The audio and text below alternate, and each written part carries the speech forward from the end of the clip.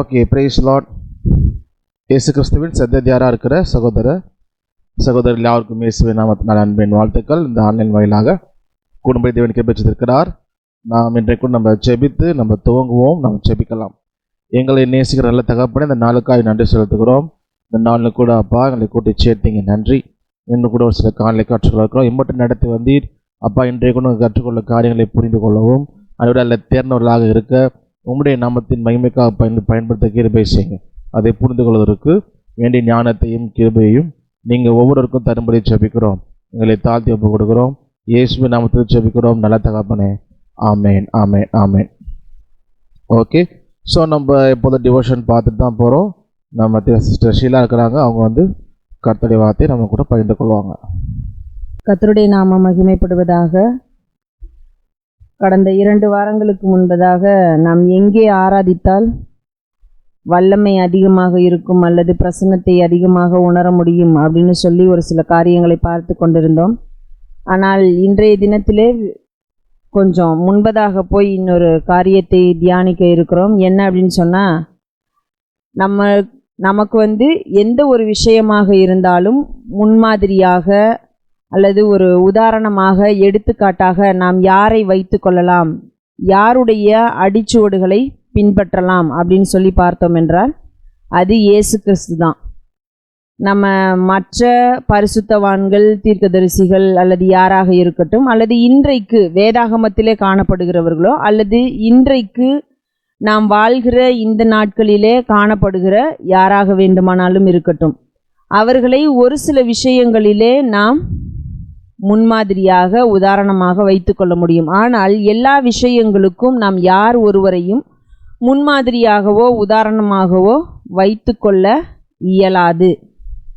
ஆனால் நமக்கு எல்லாவற்றிலும் எல்லாமுமாக இருக்கிற நம்முடைய கர்த்தராகிய இயேசு கிறிஸ்து தான் எல்லாவற்றிற்கும் உதாரணமாக இருக்கிறார் என்பதை நாம் பார்க்க முடியும். எந்த ஒரு விஷயமாக இருந்தாலும் சரி, நாம் அவரை நமக்கு உதாரணமாக முன்மாதிரியாக வைத்து செயல்பட முடியும். அதன்படி பார்க்கும் பொழுது இயேசு கிறிஸ்து இந்த உலகத்திலே இருந்ததான நாட்களிலே, வாழ்ந்ததான நாட்களிலே அவரும் கூட ஜீவ பலியாக தன்னை ஒப்பு கொடுத்தார். கடைசியாக கிருபாதார பலியாக ஒப்பு கொடுத்தார், தம்முடைய ஜீவனையே தந்தார் இருக்கிறது.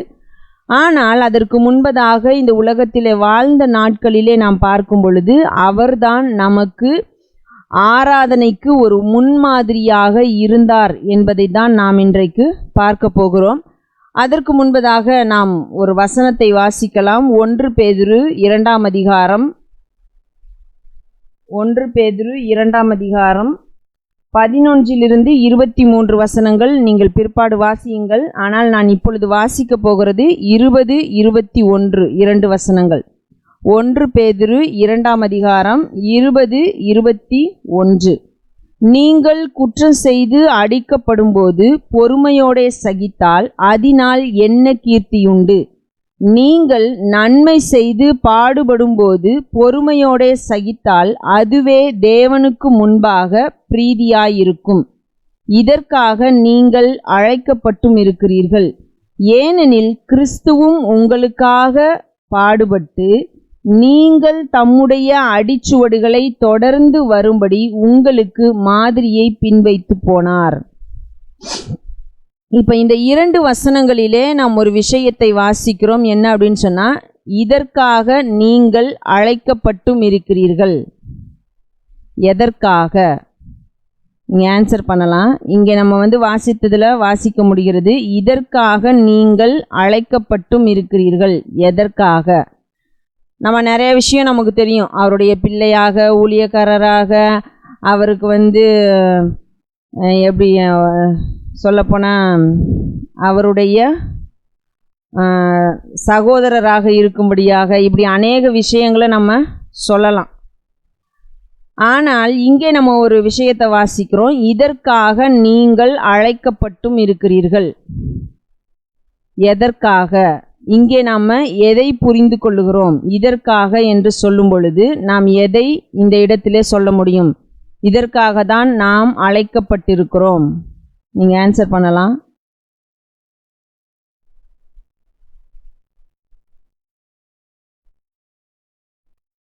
பாடுகள். ஓகே, பாடுபட அப்படின்னு சொல்லி ஒரு ஆன்சர் மட்டும்தான் வந்திருக்கு. பாடுபட என்று சொல்லும் பொழுதும் இங்கே அதிலேயும் விசேஷித்த ஒரு காரியம் சொல்லப்பட்டிருக்கிறது. என்ன அப்படின்னு சொன்னால், சாதாரணமாக எல்லா மனிதனுக்கும் பாடுகள் இருக்கிறது.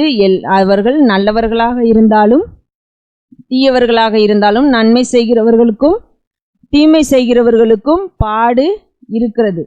ஆனால் இங்கே நமக்கு சொல்லப்படுகிறது என்ன என்று சொல்லி பார்க்கும் பொழுது, நாம் நன்மை செய்து பாடுபடும்போது பொறுமையோடே சகித்தால் அதுதான் தேவனுக்கு முன்பாக பிரியமானதாக இருக்கிறது. அதற்காக நாம் அழைக்கப்பட்டு இருக்கிறோம். அது மாத்திரம் இல்ல, ஏனெனில் கிறிஸ்துவும் நமக்காக பாடுபட்டு நாம் அவருடைய அடிச்சுவடுகளை தொடர்ந்து வரும்படி நமக்காக மாதிரியை பின்வைத்து போனார் என்று நமக்கு தெளிவாக சொல்லப்பட்டிருக்கிறது. அநேக நேரங்களிலே இன்றைக்கு நாம் கேள்விப்படுகிறோம் என்ன அப்படின்னு சொன்னால், நமக்கு பாடுகள் இல்லை. ஏன் அப்படின்னு சொன்னால், இயேசு கிறிஸ்து எல்லாவற்றையும் சுமந்து தீர்த்து விட்டார். உண்மைதான். ஆனால் நாம் அவருடைய பிள்ளைகளாக இருக்கும் பொழுது அவர் போன பாதையிலே சென்று நன்மை செய்து பாடு அனுபவிக்கிறவர்களாக இருக்க வேண்டும். அதற்காக நாம் அழைக்கப்பட்டிருக்கிறோம். நம்ம அநேக விஷயங்களை சொல்லலாம். ஆசீர்வதிப்பதற்காக அழைக்கப்பட்டிருக்கிறோம், அவருடைய பிள்ளைகளாக இருப்பதற்காக அழைக்கப்பட்டிருக்கிறோம், அவரோடு உடன் சுதந்திரராய் இருப்பதற்காக அழைக்கப்பட்டிருக்கிறோம், ஆளுகை செய்ய அழைக்கப்பட்டிருக்கிறோம், நித்திய ஜீவனை பெற்றுக்கொள்ள அழைக்கப்பட்டிருக்கிறோம், பரலோக ராஜ்யத்தை சுதந்திரித்து கொள்ள அழைக்கப்பட்டிருக்கிறோம். இப்படி அநேக விஷயங்கள் நாம் சொல்ல முடியும். அதிலே ஒரு விஷயமும் இருக்கிறது. என்ன அப்படின்னு சொன்னால், நன்மை செய்து பாடு அனுபவிக்க நாம் அழைக்கப்பட்டிருக்கிறோம். ஏனென்றால் கிறிஸ்து அந்த மாதிரியை நமக்காக பின்வைத்து போயிருக்கிறார். இதிலே தான் நாம் ஒரு விஷயத்தை புரிந்து கொள்ள முடியும். என்ன அப்படின்னு சொன்னால், நாம் புத்தியுள்ள ஆராதனை செய்கிறவர்களாக இருப்பதிலே இந்த ஒரு காரியமும் பங்கு பெறுகிறதா இருக்கிறது. என்ன அப்படின்னு சொன்னால், நாம் புத்தியுள்ள ஆராதனை செய்கிறவர்களாக இருக்கும் பொழுது நாம் பரிசுத்தமாய் நம்முடைய சரீரத்தை அவருக்கு ஒப்பு கொடுக்க வேண்டும். இன்னொன்று, நாம் ஜீவ பலியாக நம்முடைய சரீரத்தை ஒப்பு கொடுக்க வேண்டும். அப்போ நன்மை செய்து பாடு அனுபவிப்பது என்பது யாருக்குமே சாதாரணமான ஒரு விஷயம் அல்ல. அநேக நேரங்களிலே நாம் சொல்லுவது உண்டு, நான் அந்த தப்பை செஞ்சுருந்தேன் அப்படின்னு சொன்னால் அவங்க திட்டினதுக்கு நான் ஒரு பெருசாக ஃபீல் பண்ணியிருக்க மாட்டேன், எதுவும் சொல்லியிருக்க மாட்டேன், அப்படி இப்படி அப்படின்னு அநேக விஷயங்களை சொல்லுவோம். யாருமே தப்பு செஞ்சுட்டா அந்த இடத்துல என்ன தான் பண்ண போகிறோம்? அக்செப்ட் பண்ணிக்க தான் போகிறோம். அதுலேயும் ஒரு சிலர் மட்டும்தான் எப்படியாவது அதையும் நியாயப்படுத்தணும் அப்படின்னு சொல்லி போராடுகிறதெல்லாம். ஆனால் வேதம் நமக்கு சொல்லுகிறது அதுவல்ல. நாம் தப்பு செய்து அதை பொறுமையோடு சகிக்கிறோம். மற்றவர்கள் நம்மை பற்றி அதில் எதுவும் கமெண்ட் பண்ணும்போதோ அல்லது நம்மை திட்டும் பொழுதோ அல்லது நம்மை தண்டிக்கும் பொழுதோ அதை பொறுமையோடு சகித்து கொள்ளுகிறோம் என்றால் அதனாலே ஒரு பிரயோஜனமும் இல்லை. ஏனென்றால் அது நாம் செய்ததற்கு கிடைக்கிற தண்டனை. நன்மை செய்து பாட அனுபவிக்கிறோம் என்று சொல்லும் பொழுது மாத்திரம்தான் அது தேவனுக்கு முன்பாக பிரியமானதாக காணப்படும். அதைத்தான் இயேசு கிறிஸ்து நமக்கு மாதிரியாக பின்வைத்தும் போயிருக்கிறார்.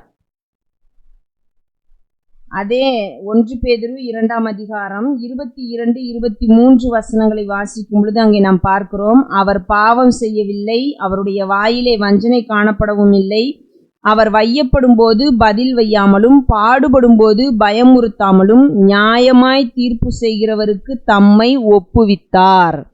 இதைதான் தேவன் நம்மிடத்திலும் எதிர்பார்க்கிறார். அதிலே அவர் பிரியப்படுகிற தேவனாகவும் இருக்கிறார்.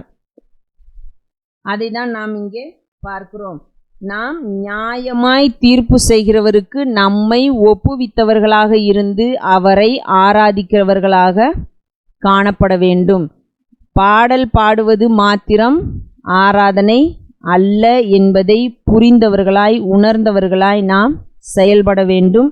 அதே நேரத்திலே நாம் அதை செய்யும் பொழுது தேவன் நம்முடைய வாழ்க்கையின் மூலமாக மகிமைப்படுகிறவராக இருக்கிறார். அதிலே அவர் பிரியப்படுகிற தேவனாக இருக்கிறார். நாம் நினைக்கிறோம் அந்த நேரத்தில் நம்ம போய் மனம் உருகி அப்படியே நம்ம ஒப்பு கொடுப்பது போல ஒப்பு கொடுத்து பாடுவதிலே தேவன் பிரியமாயிருக்கிறார், அதிலே மகிமைப்படுகிறார். அதனாலே அவருடைய நாமம் மகிமைப்படுத்தப்படுகிறது, அவருடைய பிரசன்னம் நிரம்பி வழிகிறது. இல்லை இல்லை, அதெல்லாம் ஒரு பக்கம்தான். ஆனால் மிக முக்கியமானது நம்முடைய வாழ்க்கையிலே நம்முடைய செயல்கள் மூலமாக நாம் இந்த அதிகாரத்திலே 11ஆம் வசனத்திலிருந்து 24ஆம் வசனம் வரைக்கும் வாசிக்கும் பொழுது அதை தெளிவாய் புரிந்து கொள்ள முடியும். நாம் எதை செய்ய வேண்டும், எப்படி செய்ய வேண்டும், எப்படி இருப்பதினாலே தேவனுடைய நாமம் மகிமைப்படுகிறதாக இருக்கிறது, எதிலே தேவன் பிரியமுள்ளவராக காணப்படுகிறார் என்பதையெல்லாம் நாம் புரிந்து கொள்ள முடியும். அப்போ இயேசு கிறிஸ்து நமக்கு மாதிரியை பின் வைத்து போயிருக்கிறார். நாமும் அப்படி வாழ்வதற்காக அழைக்கப்பட்டவர்களாயிருக்கிறோம்.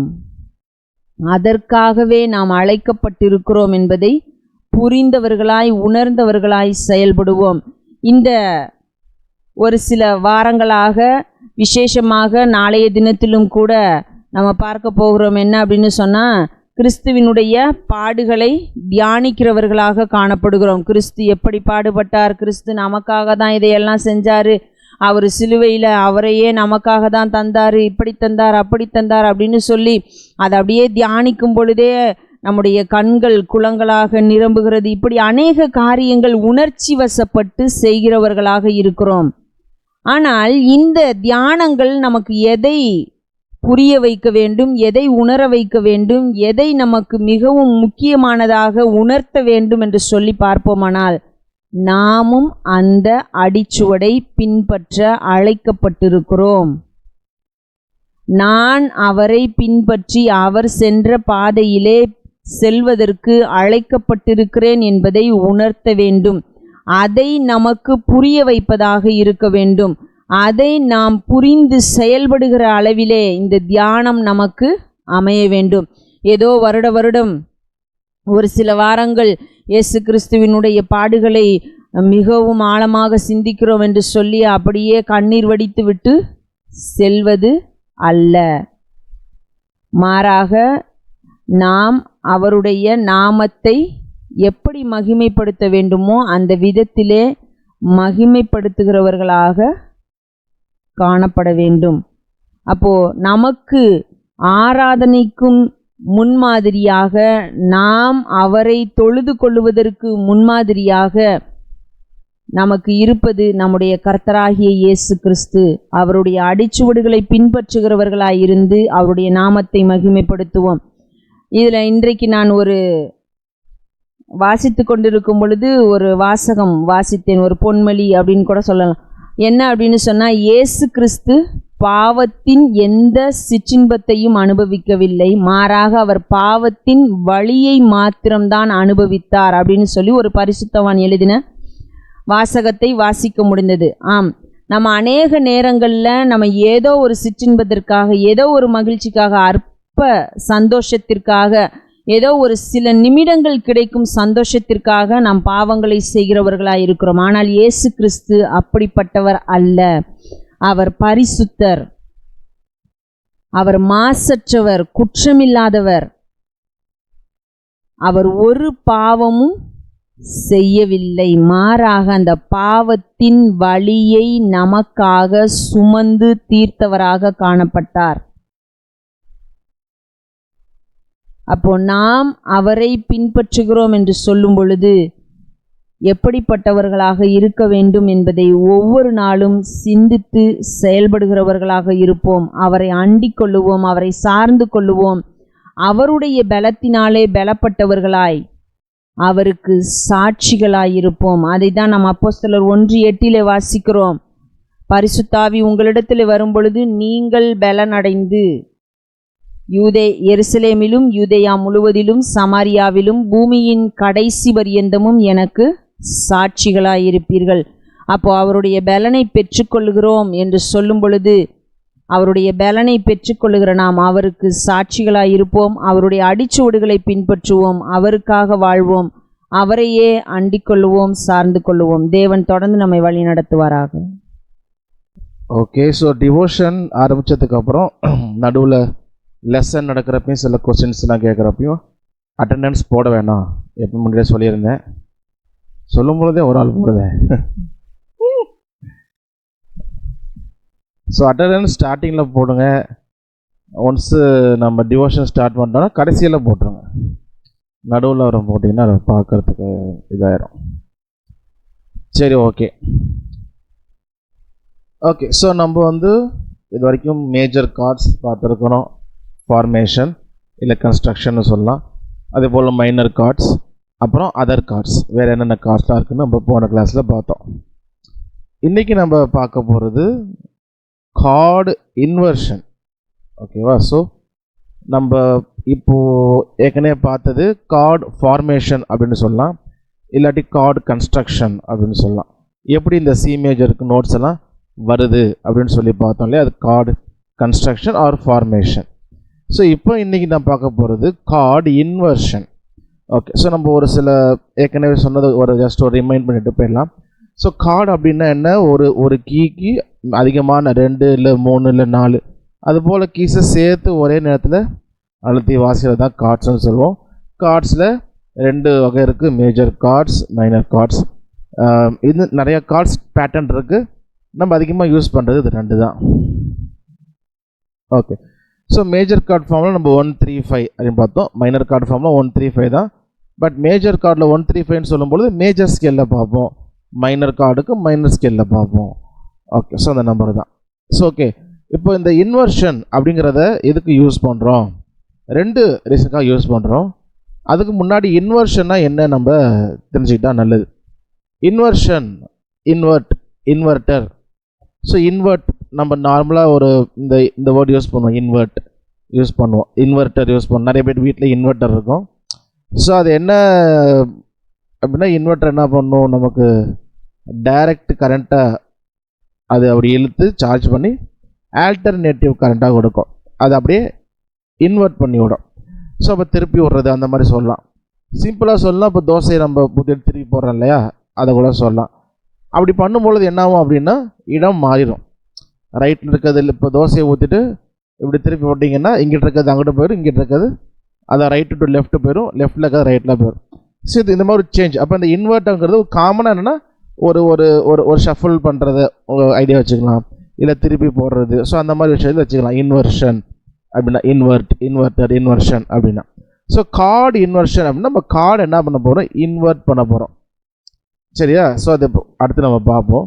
ஸோ ஏன் இதை செய்கிறோம், இதனால என்ன பயன் இருக்குது அப்படின்னா 2 முக்கியமான பயன் இருக்குது. ஒன்று என்ன அப்படின்னா, நமக்கு டிஃப்ரெண்ட் ஃப்ளேவர் ஆஃப் சவுண்டு கிடைக்கும். இந்த கீஸ் அலைன்மெண்ட் என்ன சொல்கிறது, பொசிஷனிங்கை நம்ம சேஞ்ச் பண்ணி வாசிக்கும் பொழுது நமக்கு அந்த சவுண்டு ஒரு டிஃப்ரெண்ட் ஃப்ளேவர் ஆஃப் சவுண்டு கிடைக்கும். ஒன்று. ரெண்டாவது முக்கியமான ஒரு காரணம் என்ன அப்படின்னா, நம்ம கார்டு வாசிக்கும் பொழுது இப்போது சி மேஜர் வாசிக்கிறோம், அப்போ அந்த பாட்டில் அடுத்து ஜி மேஜர் வருது அப்படின்னா நம்ம என்ன பண்ணணும், ஒரு 4 நோட் 5 நோட்டு ஜம்ப் பண்ணி அங்கே போய் நம்ம வாசிக்கணும். ஸோ இது போல் நம்ம வெறுமனே அந்த 135 கார்டு வாசிக்கிறப்போ என்ன ஆகுனா, இப்போ சி மேஜர்லேருந்து ஏ மேஜர் இல்லை ஜி மேஜர்ன்றப்போ ரொம்ப ஒரு ஷிஃப்ட் இருக்கும். நம்ம வாசிக்கிறப்போ ரொம்ப தள்ளி போகிற மாதிரி இருக்கும். அப்போ அந்த இன்வெர்ஷன் நம்ம இந்த கார்டோட இன்வெர்ஷன் யூஸ் பண்ணும்பொழுது நம்ம அங்கே ரொம்ப ஜம்ப் பண்ண வேண்டாம், பக்கத்துலேயே இன்வெர்ட் பண்ணி என்ன பண்ணிடலாம், நம்ம எல்லா கார்டையும் பிடிக்கலாம். ஸோ அதுக்கும் இந்த பயன்படுது. ஸோ 2 காரணம். ஒன்று நோட் பொசிஷனிங்க, நோட்டோட இடத்த சேஞ்ச் பண்ணும்பொழுது டிஃப்ரெண்ட் ஃப்ளேவர் ஆஃப் சவுண்டு கிடைக்கிது. அப்புறம் அந்த மாதிரி வாசிக்கிறப்ப கார்டு மாற்றும்பொழுது கொஞ்சம் ஈஸியாக மாற்ற முடியும். ஸோ அந்த 2 காரணங்கள் தான். ஓகே, இப்போ சி மேஜர் கார்டு இருக்குது. நம்ம சி மேஜர் ஏற்கனவே பார்த்துருக்குறோம். சிடிஎஃப்ஜி ஏபிசி, கீழே நோட் சீக்வன்ஸ் நம்பர், இதில் 135 சிஜி. ஸோ இதுதான் நம்ம ரூட் கார்டு அப்படின்னு சொல்லுவோம், அதாவது சிஇஜி. ஸோ இதுதான் வாசிக்கிறோம். இப்போ இன்வர்ஷன் அப்படிங்கிறது இப்போ சி மேஜர் இருக்குன்னா அதுக்குள்ளேயே தான் நம்ம இன்வெர்ட் பண்ண போகிறோம். இப்போ சிஇஜி இருக்கு இல்லையா, இந்த தான் 3 நோட்டு. இந்த 3 நோட்டையே தான் என்ன பண்ண போகிறோம், இன்வெர்ட் பண்ண போகிறோம், ஒரு ஷஃபிள் பண்ண போகிறோம், அந்த மாதிரி ஆக போகுது. சரியா? நம்ம வேறு கார்டுக்கு தனித்தனி தான் பார்ப்போம். வேறு எதாவது சொல்லணுமா? இதுக்கு பேர் தான் இன்வர்ஷனா சார்? இதுக்கு பேரில் இன்னும் அடுத்த ஸ்லைடில் இருக்கும். இது வந்து நம்ம ஏற்கனவே பார்த்தது தான், கார்டு ஃபார்மேஷனில் பார்த்துருப்போம். ஸோ இன்வர்ஷன் இது இல்லை, அடுத்த ஸ்லைடில் வரும். ஓகே, ஸோ அப்போது 135 இதை வந்து இன்வெர்ட் பண்ண போகிறோம். ஓகேவா? ஸோ இன்வெர்ட் பண்ணுறப்போ என்ன ஆகுனா நோட்டோட இடங்கள் வந்து மாறும். சரி, ஸோ அப்போ ரூட் கார்டுனா என்ன? இப்போ சி மேஜர் ரூட் கார்டு அப்படின்னா சிஇஜி, அதுதான் root chord. Note number 135. So என்என்னா நோட் நம்பர், எஃப்என் போட்டால் ஃபிங்கர் நம்பர். சரி, இப்போ இன்வர்ஷன் அப்படின்னு சொல்லும்பொழுது ஸோ ரூட் கார்டு மேலே இருக்குது சிஇஜி. இன்வர்ஷன் அப்படின்னா மொத்தம் 2 இன்வர்ஷன் இருக்குது. First inversion, second inversion. First inversion அப்படின்னு பார்க்கும்பொழுது இந்த சி இருக்கு இல்லையா, அதாவது சி முதல்ல வருது இல்லை, இந்த சிக்கு பதிலாக அடுத்த சி, அதாவது சிஇஜி, ஜிக்கு அப்புறம் ஏபிசி வருது இல்லையா, அந்த சி. அப்போது ஒரு பியானோவில் பார்த்தீங்க அப்படின்னா அடுத்த சி பிடிப்போம். இதுக்கு பேர் ஃபஸ்ட்டு இன்வர்ஷன். அதாவது லோ ஆக்டேவ் சிக்கு பதிலாக நெக்ஸ்ட் ஆக்டேவ் சியை பிடிப்போம். இஜி அதே தான், ஜஸ்ட் சியை மட்டும் ஒரு ஷஃபிள் பண்ணி அதுக்கு ஒரு ஆர்டர் சேஞ்ச் ஆகும். ஓகே, அப்போ ஃபஸ்ட் இன்வர்ஷன் சி மேஜர் கார்டில் ஃபஸ்ட் இன்வர்ஷன் அப்படின்னா சி கடைசிக்கு போயிடும். அப்போ இஜிசி, இதுவும் சி மேஜர் தான். இப்போ நம்ம இன்வர்ஷன் அப்படிங்கிறது வந்து சி மேஜரை வேறு கார்டாக மாற்றுறது அப்படி இல்லை. சி மேஜர், அது சி மேஜர் கார்டையே வேறு எப்படிலாம் இடங்கள் மாற்றி இல்லை ஃபிங்கர் நம்பர் மாற்றி பிடிக்கலாம் அப்படிங்கிறது. அப்போ சி மேஜருக்குள்ளேயே இன்வெர்ட் பண்ணுறோம், வெளியே எங்கேயும் சேஞ்ச் கிடையாது. அந்த நோட்ஸை மட்டும் அப்படியே இன்வெர்ட் பண்ணுறோம். அப்போ ரூட் கார்டு மேலே இருக்கு இல்லையா சிஜி, அதுவும் சி மேஜர் தான். இஜிசின்னு பிடிச்சாலும் அதுவும் சி மேஜர் கார்டு தான். சரியா? ஸோ இதுதான் first inversion. Next second inversion அப்படின்னு சொல்லும் பொழுது சியும் பின்னாடி போயிடும், இயும் பின்னாடி போயிடும். அப்போது ஜிசிஇ, நம்ம ஃபஸ்ட் இன்வர்ஷன் இஜிசி, செகண்ட் இன்வர்ஷனுக்கு இ கடைசியில் போயிடும் திரும்ப. அப்போது ஜிசிஇ, இது செகண்ட் இன்வர்ஷன், இதுவும் சி மேஜர் தான். ஓகே, மூணுமே சி மேஜர் தான். ரூட் கார்டு அது சி மேஜர் தான், ஃபஸ்ட் இன்வர்ஷன் அதுவும் சி மேஜர் தான், செகண்ட் இன்வர்ஷன் அதுவும் சி மேஜர் தான். அப்போ சி மேஜருக்கு இருக்கிற 3 நோட்ஸ் மட்டுமே நம்ம ஜஸ்ட்டு பொசிஷனிங் மட்டும் என்ன பண்ணுறோம் பார்த்துறோம், இல்லை நோட் ஆர்டரை மாற்றுறோம். அதில் அடுத்த ஆக்டேவ் அப்படி வாசிக்கிறனால ஒரு டிஃப்ரெண்ட் ஃப்ளேவர் நமக்கு கிடைக்கும். ஓகே, ஸோ ஃபஸ்ட் இன்வர்ஷன் அப்படின்னா சி வந்து கடைசியில் போயிடும், அப்போ இஜிசி.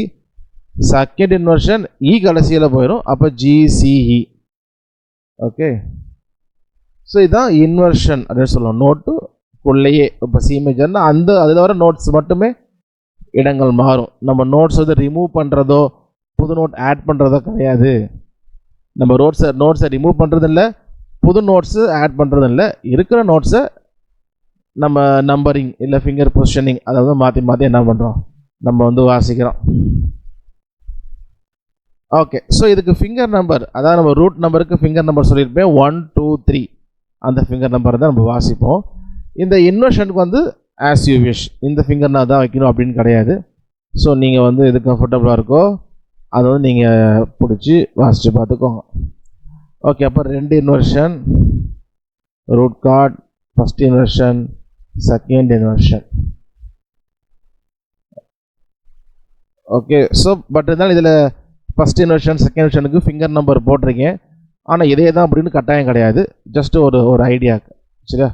இது ஓகேனா இதே நீங்கள் வாசிங்க, இல்லை வேறு ஃபிங்கரை யூஸ் பண்ணாலும் யூஸ் பண்ணுங்கள் இன்வர்ஷனுக்கு, ஒன்றும் பிரச்சனை இல்லை. But root chord always stay with 1 2 3 finger number. So அதை வந்து அதிலே மெயின்டைன் பண்ணுங்கள், மாற்ற வேண்டாம். ஓகே, ஸோ அடுத்து டி மேஜர் கார்டு ஃபார்முலா தெரியும் 135. அப்போ அதோட ஸ்கேலில் 135 சொல்லும்போது டிஎஃப் ஷார்ப் ஏ, இதுதான் டி மேஜர் கார்டு. ஓகேவா? D major chord. இப்போ இதை வந்து நம்ம இன்வெர்ட் பண்ணோம் அப்படின்னா எல்லாத்துக்குமே 2 இன்வர்ஷன் தான். Okay, so first inversion root chord D F sharp A root chord. Okay, அப்போ ஃபஸ்ட்டு இன்வர்ஷன் சொல்லும் பொழுது டி வந்து கடைசியில் போயிடும். சரியா? அப்போது எஃப் ஷார்ப் ஏடி அந்த என்ன சொல்லுவோம் ஒரு குரூப் நமக்கு கிடைக்கும். ஸோ ஏன்னா டி லாஸ்ட்டில் போயிடும், ஒரு டிஃப்ரெண்ட் ஃப்ளேவர் கிடைக்கும். சரி, இதுதான் ஃபஸ்ட்டு இன்வர்ஷன். சரி, ஸோ கீழே இருக்கிறது என்னென்ன நோட் நம்பர், நீங்கள் வந்து ஃபிங்கர் நம்பர் எதுவும் குழப்பிக்க வேண்டாம், எஃப்என் இருந்தால் தான் finger number. Okay, so second inversion அப்படின்னு சொல்லும் பொழுது எஃப் ஷார்ப் கடைசியில் போயிடும். அப்போ ஏ டி எஃப் ஷார்ப், இது செகண்ட் இன்வர்ஷன். ஓகே, நான் புதுசாக நோட்டை ஆட் பண்ணல, இருக்கிற நோட்டை ரிமூவ் பண்ணவும் இல்லை. அந்த இருக்கிற அந்த விஷயத்துக்குள்ளேயே நம்ம என்ன பண்ணுறோம் அப்படின்னா இன்வெர்ட் பண்ணுறோம். Okay, so first inversion, second inversion.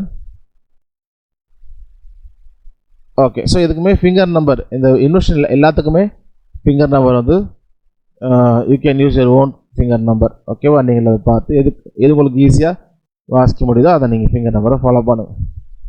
Okay, root chord, first inversion, second inversion. Okay, so அதே போல் தான் என்ன இருக்குது, E major, F major, G major, A major, B major, 5 இருக்குது இல்லையா? ஸோ 5க்கும் நீங்கள் வந்து ஹோம்ஒர்க்கில் எழுதி சேர்த்து எனக்கு வந்து அனுப்பிடுங்க. ஓகே, அதே போல் C sharp or D flat அந்த ஸ்கேலில் பார்க்கும் பொழுது டி ஃப்ளாட் ஸ்கேலில் பார்க்குறப்போ 135, D flat, F, A flat, இது major chord construction.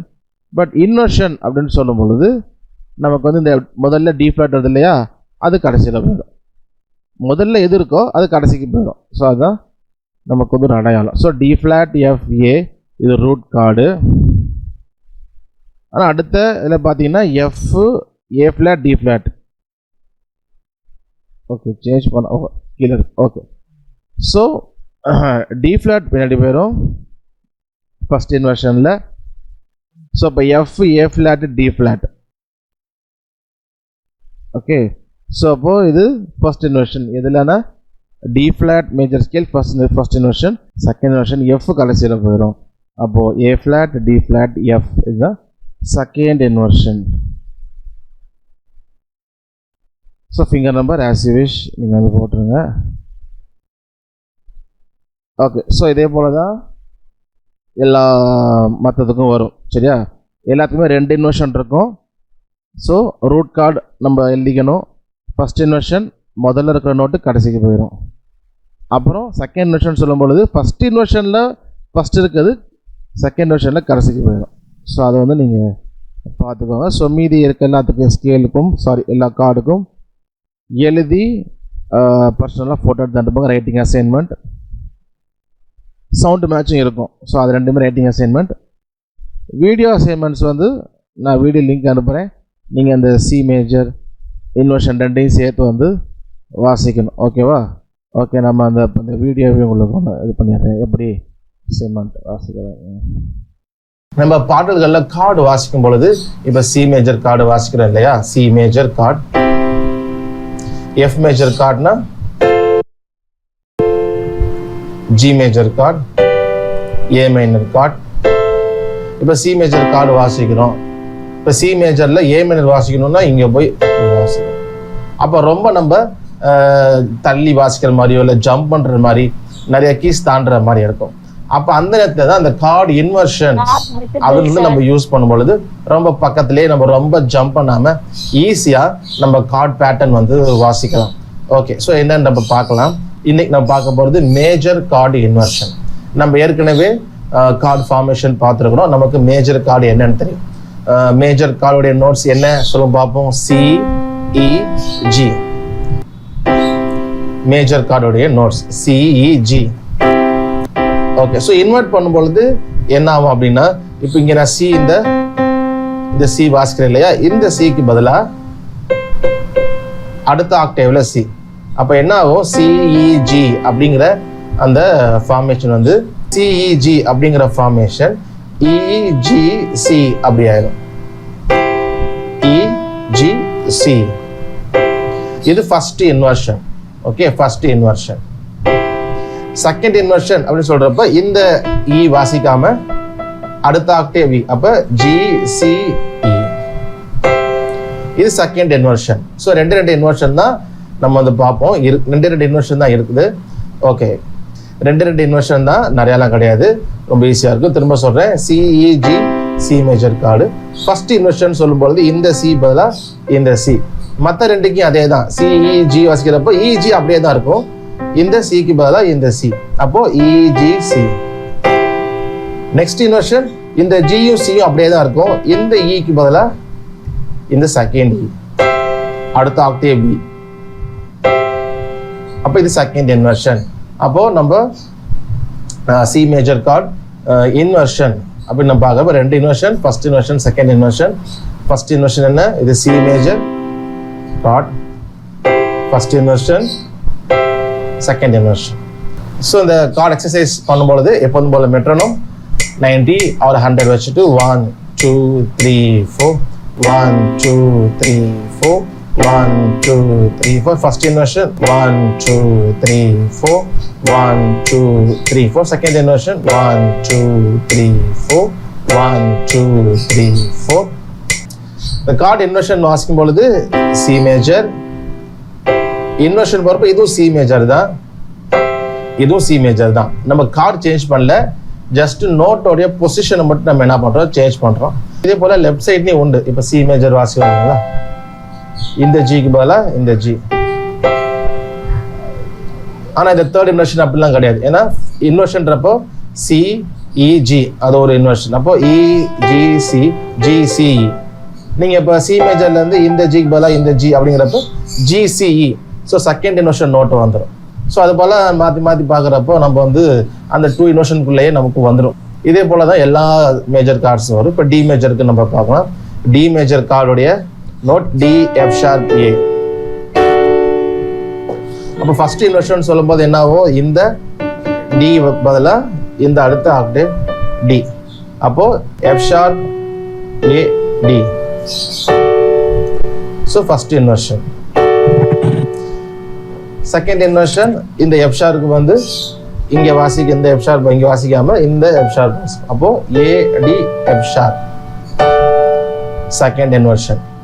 So D F sharp A D major கார்டுடைய ஃபார்மேஷன் நோட்டுன்னு பார்த்தோம். ஃபர்ஸ்ட் இன்வர்ஷன் இந்த டியை வாசிக்காம அடுத்த ஆக்டில் இருக்க டி வாசிப்போம், அப்போ எஃப் ஷார்ப் ஏ டி அப்படி வந்துடும் ஃபர்ஸ்ட் இன்வர்ஷன். செகண்ட் இன்வர்ஷன் இந்த எஃப் ஷார்ப் அப்படியே பின்னாடி போயிடும். So A D F sharp second inversion. Okay, so அதான். ஸோ இதையும் அதே போல் நீங்கள் வந்து போட்டு நீங்கள் வந்து வாசிச்சு ப்ராக்டிஸ் பண்ணுங்க. அதே போல் தான் இ மேஜரும், E major okay, E G sharp B, அப்போ இந்த இ பதிலாக அடுத்த இ வந்துடும். இது first inversion. G sharp B E first inversion. Second inversion இந்த ஜி ஷார்ப் பின்னாடி போயிடும், அப்போ B E G sharp second inversion.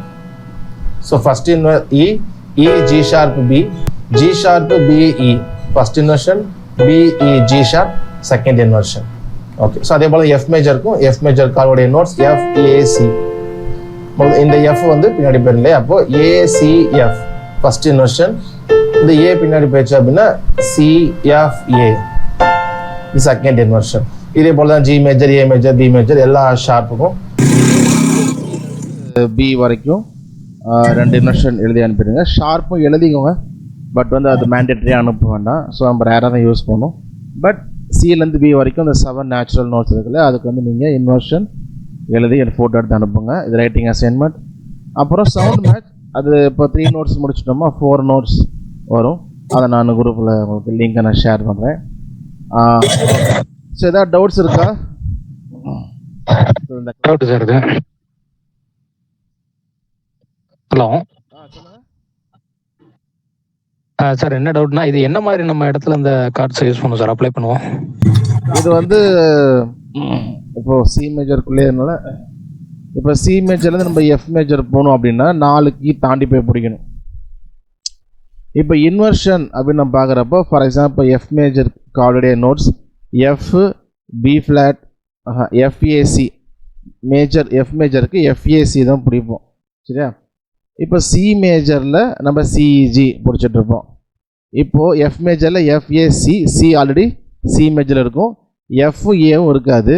அப்போது சிஇஜி சி மேஜர் கார்டு கொடுத்துட்டு எஃப்க்கு போகிறப்போ இந்த சியில் கையெடுக்காமல் அப்படியே வச்சுக்கிட்டு இந்த 2 இஜிலேருந்து எடுத்து எஃப்லையும் ஏவிலையும் வச்சோம் அப்படின்னா நமக்கு வந்து எஃப் மேஜர் கிடைக்கும். இதே போல் கார்டு சேஞ்ச் பண்ணும் பொழுது நம்ம ரொம்ப ஜம்ப் பண்ணுற மாதிரி இருக்காது, பக்கத்தில் அந்த இன்வர்ஷனை யூஸ் பண்ணலாம்.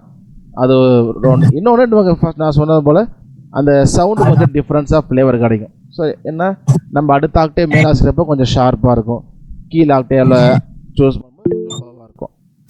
ஸோ அது பார்த்தீங்கன்னா அது ஒரு முக்கியமான விஷயம், மற்றபடி வேறு ஒன்றும் இல்லை. Okay sir, okay okay, thank you. வேறு யாருக்காவது கேள்வி இருக்கா? இல்லைன்னா ப்ரைவேட் கன்க்ளூட் பண்ணிடலாம். வேறு எதாவது டவுட்ஸ் உங்களுக்கு எப்போ வந்தாலும் நீங்கள் குரூப்பில் எப்போ வேணாலும் கேட்கலாம், நீங்கள் கேளுங்கள்.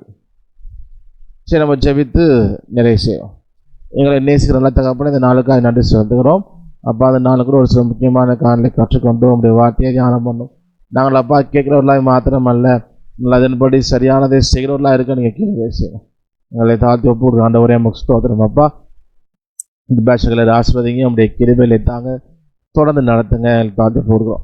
இயேசுவின் நாமத்தில் ஜெபிக்கிறோம் நல்ல தகப்பனே, ஆமென். என் ஆத்மாவே கர்த்தரை ஸ்தோத்திரி, என் முழு உள்ளமையுடைய பரிசுத்த நாமத்தை ஸ்தோத்திரி. என் ஆத்மாவே கர்த்தரை ஸ்தோத்திரி, அவர் செய்த சகல வாரலும் மறவாதே. ஆமென், ஆமென், ஆமென், ஆமென்.